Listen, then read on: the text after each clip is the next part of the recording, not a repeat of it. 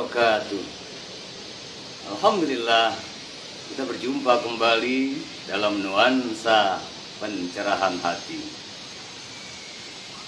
Allah Subhanahu wa Ta'ala tidak akan pernah menzalimi hambanya, akan tetapi hamba itu sendiri yang zalim kepada dirinya.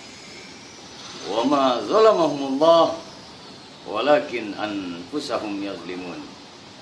Dan tidaklah Allah zalim kepadamu, kepada hamba-hambanya maksudnya. Walakin anfusahum yazlimun. Akan tetapi kamu sendiri yang zalim terhadap dirimu. Zalim lawannya adil. Adil menempatkan sesuatu pada tempatnya, sesuai porsinya, sesuai yang diinginkan oleh Allah Sang Pencipta alam jagat raya ini. Sedangkan zalim melakukan sesuatu bukan pada tempatnya, di luar aturan tatanan hidup dan kehidupan ketentuan yang diinginkan oleh Allah Subhanahu wa Ta'ala.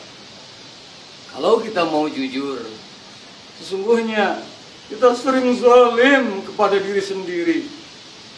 Kita sering melakukan sesuatu tidak sesuai yang diinginkan dan diridhai oleh Allah Subhanahu wa Ta'ala.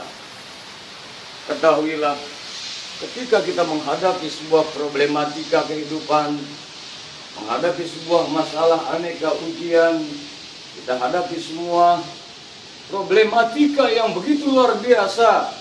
Dari mulai kehidupan kita yang terkait dengan keuangan, keharmonisan, atau tentang kesehatan.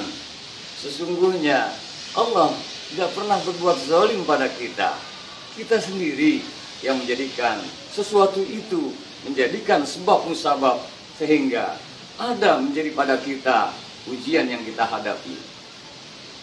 Adalah sebuah contoh iktibar yang amat sangat luar biasa bagaimana Nabi Allah Adam alaihissalam dikala turunkan oleh Allah dari surga ke muka bumi, Nabi Adam tidak menyalahkan Allah dan tidak menyalahkan bahkan istrinya Siti Hawa kala itu. Doa yang dikumandangkan, yang senantiasa dipanjatkan oleh Nabi Allah Adam alaihissalam, sadar betul kenapa Allah Subhanahu wa Ta'ala mentakdirkan akhirnya diturunkan muka bumi dengan sebuah doanya yang kita sangat kenal. Nabi Adam senantiasa mengakui kezalimannya, seraya Nabi Adam alaihissalam berdoa pada Allah Subhanahu wa Ta'ala, Rabbana zalamna anfusana wa illam taghfir lana wa tarhamna lanakunanna minal khasirin. Rabbana zalamna, wahai Tuhan kami telah zalim pada diri kami, anfusana, pada diri kami sendiri, wa illam taghfir lana, jikalau kau tak ampuni kami, wa tarhamna, dan kau tak rahmati kami, lanakunanna minal khasirin.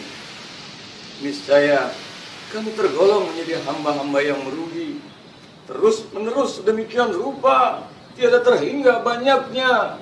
Dan begitu pula waktunya, Rabbana zalamna anfusana wa illam taghfir lana wa tarhamna lanakunanna minal khasirin. Nabi Adam alaihissalam melakukan sebuah munajat kepada Allah, mengakui kezalimannya, padahal hanya satu saja yang dilakukannya, yang Allah larang untuk mendekat daripada. Fala taqrabah hadhihi syajarah, yang kau dekat pohon itu. Hanya seperti itu saja.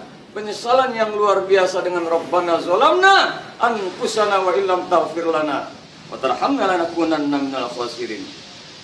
Artinya kala itu maka dengan keagungan, keperkasaan, kekuasaan Allah Rahman Rahim, limpahan ampunan Allah diberikan, maka Allah menurunkan limpahan ampunan rahmatnya. Akhirnya Nabi Adam alaihissalam jumpa kembali dengan Siti Hawa setelah berapa lama tidak jumpa, berpisah di tempat yang berbeda, dipertemukan di Jabal Rahmah. Begitupun Nabi Yunus alaihissalam Jadi sebuah iktibar untuk kita. Bagaimana mungkin di dalam lautan, di dalam perut ikan, jangankan melihat menatap matahari, air laut pun tak mampu dilihat oleh Nabi Yunus alaihissalam karena berada dalam perut ikan. Lagi-lagi Nabi Yunus tidak menyalahkan siapa-siapa. Nabi Yunus tidak menyalahkan sang pencipta Allah Ta'ala ataupun makhluk yang lainnya. Sadar betul kenapa terjadi demikian. Nabi Yunus alaihissalam seraya mohon kepada Allah, ditauhidkannya Allah, disucikannya Allah, seraya mengakui atas kezalimannya.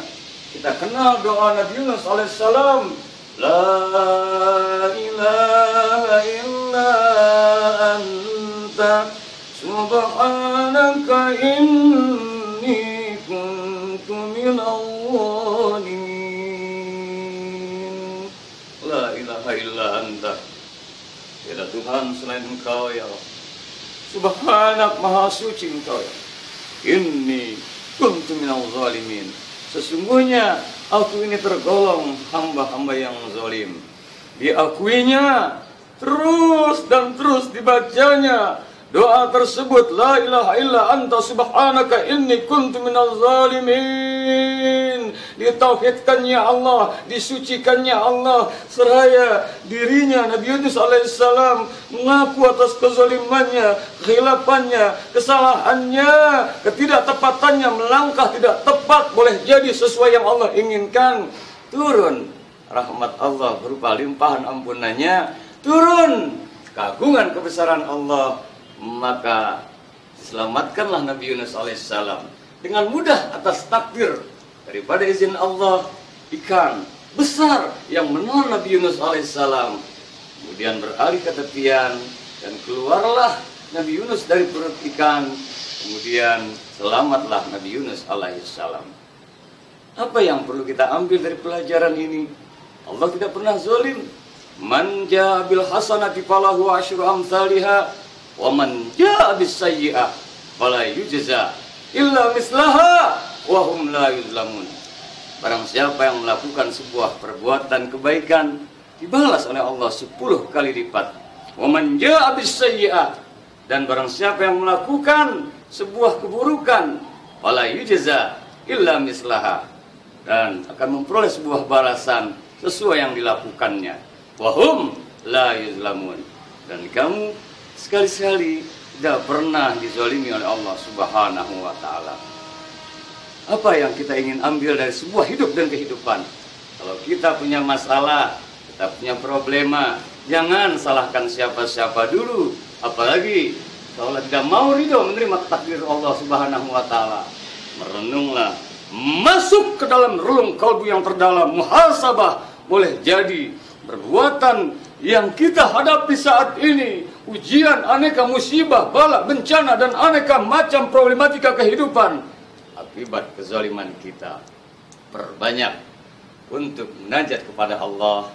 Rabbana zalamna anfusana wa illam taghfir lana wa tarhamna lanakunanna minal khasirin. Perbanyak tauhidkan, sucikan Allah, akui kezaliman kita. La ilaha illa anta subhanaka inni kuntu minal zalimin. Kesimpulannya adalah masuk ke relung yang paling dalam, mohon ampun pada Allah, minta rahmatnya. Niscaya insya Allah Allah akan bentangkan jalan keluar melalui maghfirah dan rahmatnya, hingga menjadilah sebuah solusi dalam apapun yang kita hadapi, ujian hidup dan kehidupan. Turun rahmat berkah ridhonya, kita diberikan kemudahan-kemudahan, jalan keluar, dan keluarlah kita dari aneka problematika kehidupan dalam bingkai rahmat, kasih sayang, ridha Allah Subhanahu wa Ta'ala. Insya Allah tiada hari tanpa pencerahan hati. Cerahkan hati kita senantiasa untuk banyak mohon ampun pada Allah.